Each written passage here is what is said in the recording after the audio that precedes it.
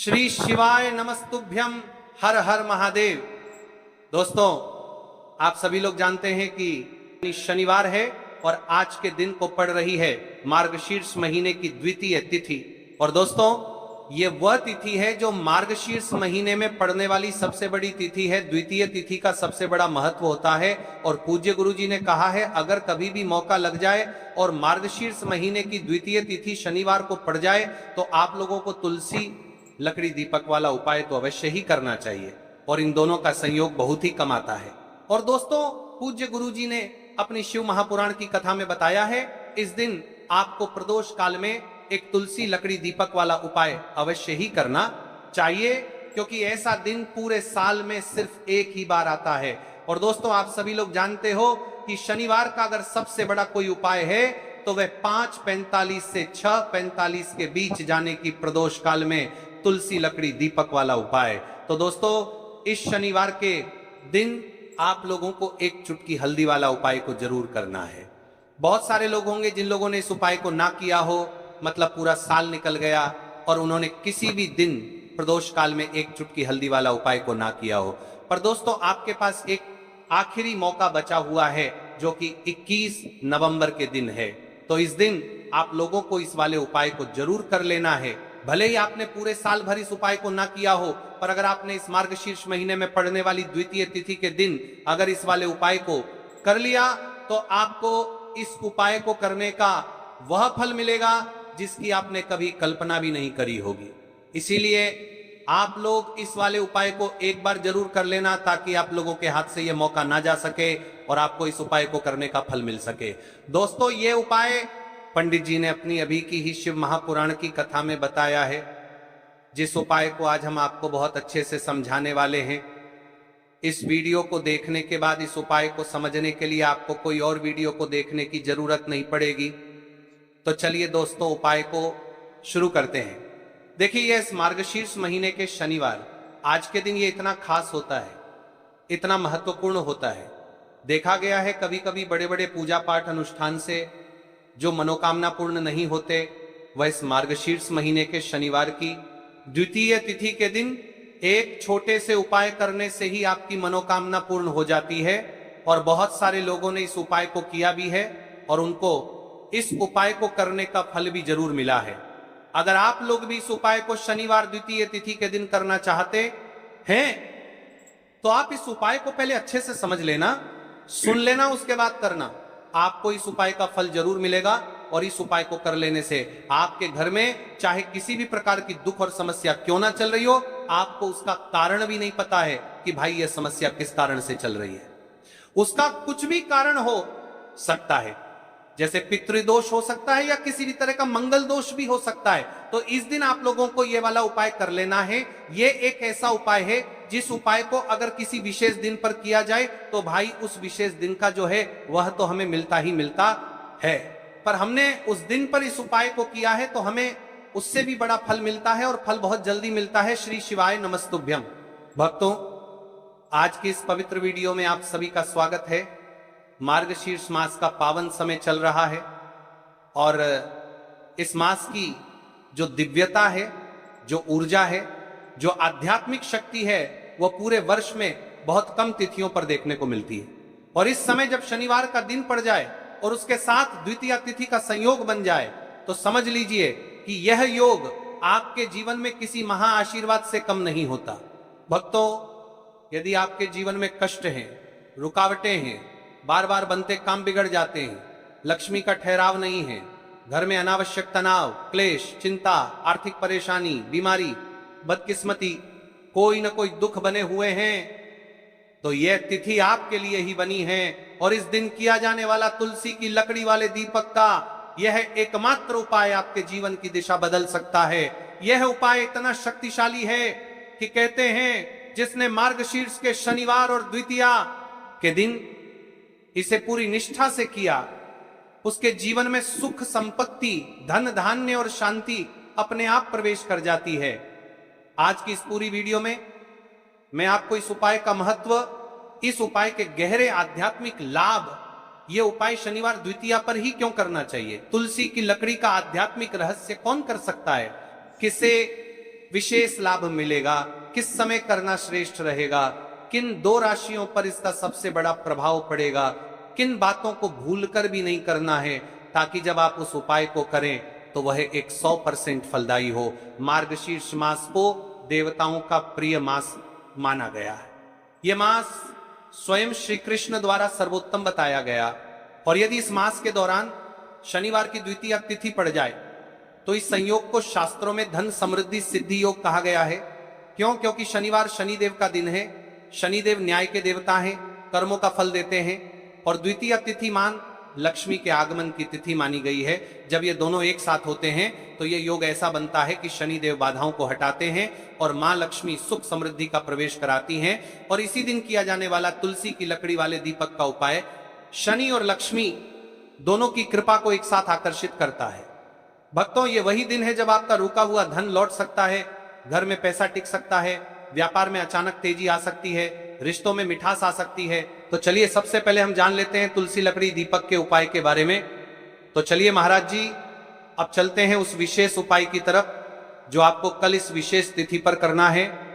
और इस विशेष पावन पर्व पर हम जिस उपाय की चर्चा करने जा रहे हैं वह अत्यंत ही दुर्लभ और शक्तिशाली है। यह उपाय न केवल भक्त की मनोकामनाओं को पूर्ण करता है बल्कि उसके जीवन के समस्त कष्टों का निवारण भी करता है। उपाय की सामग्री देखिए, महाराज मात्र तुलसी की लकड़ी से बना दीपक, 11 चावल के दाने और एक चुटकी हल्दी।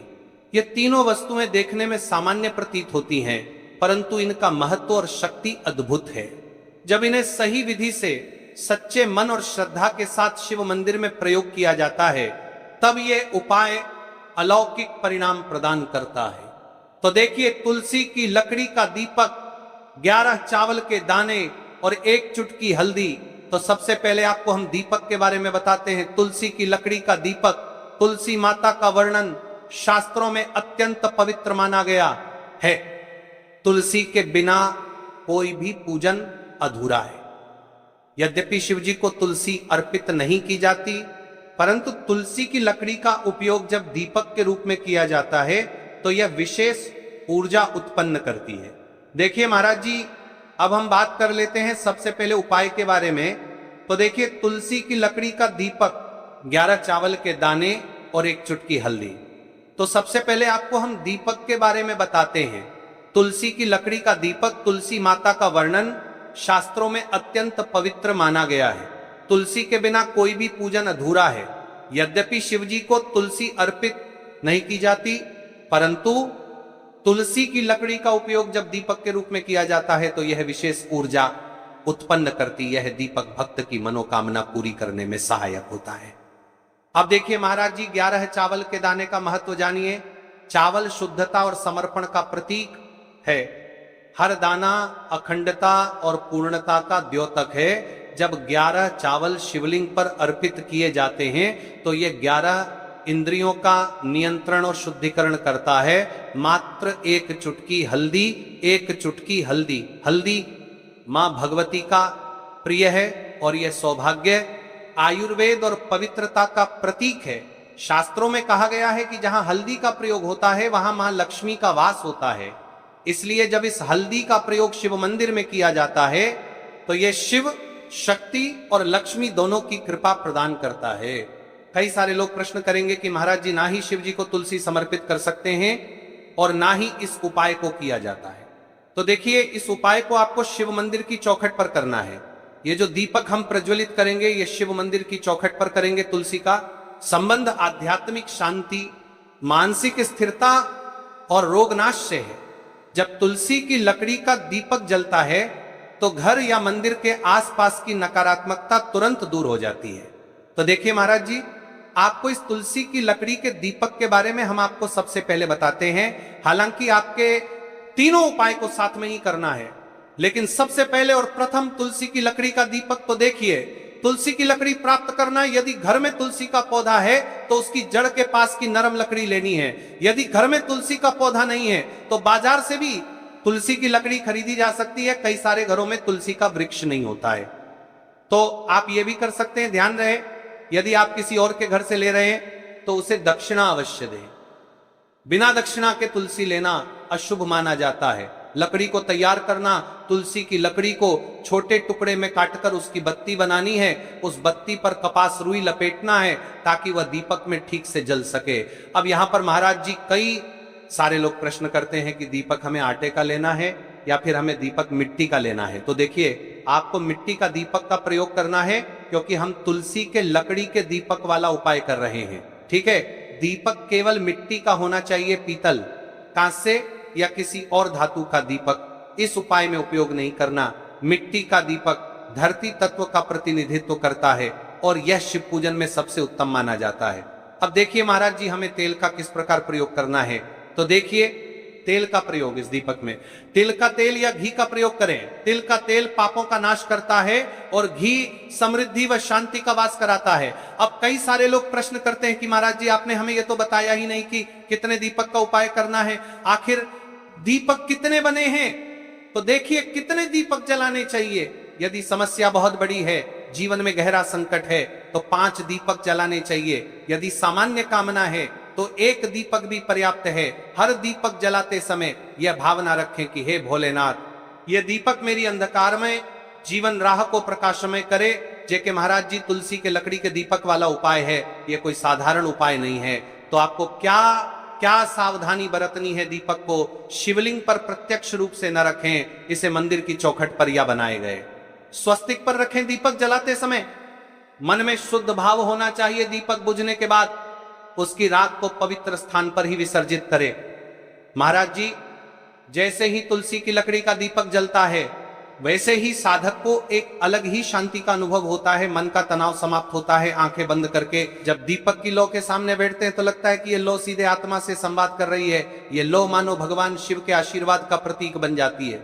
अब देखिए महाराज जी, हम बात कर लेते हैं 11 चावल के दाने वाले उपाय के बारे में। ठीक है, 11 चावल का धार्मिक महत्व। महाराज जी, चावल अन्न केवल भोजन का साधन नहीं है, बल्कि इसे पूर्णता, शुद्धता और अखंडता का प्रतीक माना गया है। वेदों और पुराणों में अन्न को अन्न देवता कहा गया है। अन्नम ब्रह्मेति वेजानात, यह उपनिषद का कथन है, अर्थात अन्न स्वयं ब्रह्म है। इसलिए जब भक्त शिव जी को चावल अर्पित करता है तो वह केवल एक दाना नहीं चढ़ाता, बल्कि अपनी आत्मा और जीवन का समर्पण करता है। अब सबसे महत्वपूर्ण प्रश्न उठता है कि 11 चावल ही क्यों। शास्त्रों में कहा गया है कि मनुष्य के शरीर में 11 इंद्रियां होती हैं। जब भक्त 11 चावल के दाने शिव जी को अर्पित करता है तो वह अपनी 11 इंद्रियों को भगवान को समर्पित करता है। यह समर्पण साधक के भीतर शुद्धि और संयम लाता है। अब देखिए महाराज जी, चावला के दाने कहां से लेने हैं, कैसे लेने हैं, इस बात पर चर्चा कर लेते हैं, क्योंकि कई सारे लोगों को मन में यह भी प्रश्न रहता है। घर में रखे चावल का प्रयोग किया जा सकता है, चाहो तो दुकान से भी ले सकते हो। ध्यान रहे, चावल अखंड और शुद्ध होने चाहिए। टूटे हुए दाने अशुभ माने जाते हैं।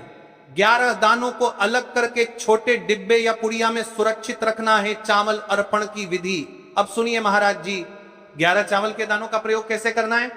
अब देखिए महाराज जी, जैसे ही आपके चावल के दाने आप एक पुड़िया में रख लेते हैं, अब आपको शिव मंदिर में जाकर के इस उपाय को करना है। तो देखिए, आप एकदम स्वच्छ जल से नाहट होकर के शिव मंदिर पहुंचे और आपको इस उपाय को करना है। तो देखिए, कई सारी मेरी अन्य माताएं बहनें रहती हैं जो शिव मंदिर में जाती से ही दूसरी अन्य माता बहनों से सामग्री मांगने लगते हैं। जैसे कि ओ जी अपने बेलपत्र लाए हो, क्या एक देना आज मैं लाना भूल गई, वो जी थोड़े से फूल दे दो। तो देखिए, आपको शिव मंदिर में जाकर के ये नहीं करना है। आप सिर्फ अपनी सामग्री से उपाय कीजिए और घर आ जाइए। ठीक है, हजम मंदिर जाएं, सबसे पहले शिवलिंग पर गंगा जल या शुद्ध जल चढ़ाएं, नमः शिवाय का जप करते हुए शिवलिंग का ध्यान करें। अब सबसे पहले चावल का दाना गणेश जी के स्थान पर अर्पित करें, क्योंकि गणेश जी बिना हर कार्य अधूरा है। इसके बाद शेष 11 दानों को एक एक करके शिवलिंग पर अर्पित करें। हर दाना चढ़ाते समय मन में एक एक प्रार्थना करें। जैसे पहला दाना है शिव, मेरे जीवन से रोग दूर करो। दूसरा दाना है महादेव, मेरे घर में सुख समृद्धि लाओ। तीसरा दाना है भोलेनाथ, मेरे संतानों को रक्षा दो। चौथा दाना, मेरे व्यवसाय नौकरी में सफलता दो। पांचवा दाना, मेरे परिवार में एकता बनी रहे। इसी तरह हर दाने पर अपनी मनोकामना रखनी है, भावनाओं की शक्ति। महाराज जी, ये ध्यान रखना बहुत जरूरी है कि चावल अर्पण करते समय मन शुद्ध होना चाहिए। अगर चावल चढ़ाते समय मन में संदेह होगा तो उपाय फल नहीं देगा। लेकिन यदि दानों को अर्पित करते समय हृदय से प्रार्थना होगी तो भगवान शिव तुरंत सुनेंगे। चावल का आध्यात्मिक प्रभाव, चावल का रंग सफेद है, यह शांति और पवित्रता का प्रतीक है। जब सफेद चावल शिवलिंग पर चढ़ाए जाते हैं तो यह साधक के जीवन से अज्ञान और अशांति को मिटाकर ज्ञान और सुख प्रदान करता है। 11 दाने सामूहिक रूप से पूर्णता का भाव लाते हैं। प्रत्येक दाना चढ़ाते समय यह मंत्र बोल सकते हैं, ओम त्र्यंबकम यजामहे सुगंधिम पुष्टिवर्धनम उर्वारुकमिव बंधनान मृत्योर्मुक्षीये मामृतात्, या केवल ओम नमः शिवाय का जाप भी पर्याप्त है। उपाय करते समय अनुभव, जब भक्त एक एक चावल का दाना अर्पित करता है तो वह अनुभव करता है कि उसका हर बोझ, हर कष्ट शिव जी को सौंप रहा है। हर दाना एक प्रतीक है दुख का बोझ हटाने का और सुख का द्वार खोलने का। अब देखिए महाराज जी, हम बात कर लेते हैं एक चुटकी है हल्दी के बारे में, यानी एक चुटकी हल्दी के उपाय के बारे में। तो देखिए हल्दी का धार्मिक महत्व महाराज जी, हल्दी केवल रसोई की सामग्री नहीं है, यह भारतीय संस्कृति, आयुर्वेद और अध्यात्म तीनों का अभिन्न अंग है। हल्दी को संस्कृत में हरिद्रा कहा गया है। हरिद्रा शब्द का अर्थ है जो हर ले, रोग और अशुभता को दूर कर दे। शास्त्रों और पुराणों में हल्दी को मां लक्ष्मी का स्वरूप माना गया है। जहां हल्दी होती है वहां समृद्धि, सौभाग्य और सकारात्मक ऊर्जा का वास होता है। शादी, ब्याह जैसे मंगल कार्यों में हल्दी का प्रयोग इसी कारण होता है। हल्दी को सर्वरोगनाशिनी कहा जाता है। यह शरीर की प्रतिरोधक क्षमता बढ़ाती है, मन को शुद्ध और शांत करती है और रोग शोक को दूर करती है। आध्यात्मिक दृष्टि से हल्दी साधक के आभा मंडल को स्वर्णिम प्रकाश से भर देती है, और जब कोई व्यक्ति इस हल्दी वाले उपाय को करता है तो उसके जीवन से परेशानियां भी समाप्त होती हैं और मनोकामना भी पूर्ण होती है। जो मनोकामना बड़े बड़े पूजा पाठ में अनुष्ठान से पूर्ण नहीं होती, वह मंत्र इन उपायों से पूर्ण हो जाती है। क्यों? केवल एक चुटकी हल्दी। अब प्रश्न उठता है, केवल एक चुटकी ही क्यों? एक चुटकी का अर्थ है संकल्प और विश्वास। उपाय में परिमाण नहीं बल्कि भावना देखी जाती है। छोटी सी मात्रा में भी हल्दी अपार शक्ति प्रदान करती है यदि उसे श्रद्धा से अर्पित किया जाए। उपाय का श्रेष्ठ समय, शास्त्रों में प्रत्येक उपाय का समय विशेष महत्व रखता है। इस दीपक और हल्दी चावल के उपाय को करने के 2 मुख्य समय बताए गए हैं।